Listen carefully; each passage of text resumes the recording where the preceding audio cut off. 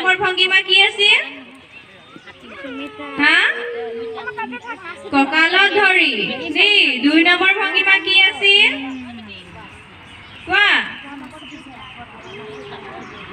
জোৰকে কোৱা শুনিয়ে পোৱা নাই কি আছিল সোঁ হাতখন বাওঁ পিনে কঁকালে আনা হয় নে নাই 3 নম্বৰ কি আছিলে 4 নম্বৰ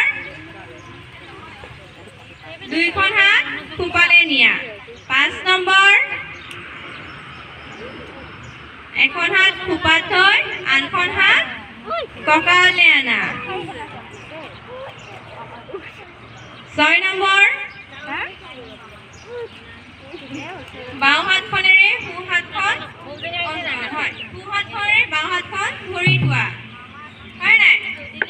আৰু 7 নম্বৰ এনেকৈ নিজৰ বুকু সন্মুখে সন্মুখে এই ভংগিমাটো হৈছিল আছিল নাই 8 নম্বৰ দুইখন হাত মেলি কেনে পখিলাই উৰা দৰে আছিল নাই আৰু কেনেকৈ মেলিব আছিল বাহুৰ সন্মুখে সন্মুখে বেছি ওপৰত নহয় বেছি তলত নহয় বাহুৰ সন্মুখে সন্মুখে দেই 9 নম্বৰটো কি আছিলে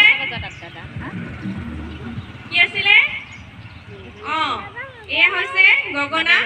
বজোৱা সময়ত কৰা ভংগিমাটো 9 নম্বৰ এইটো হৈছে 10 নম্বৰ কি আছিল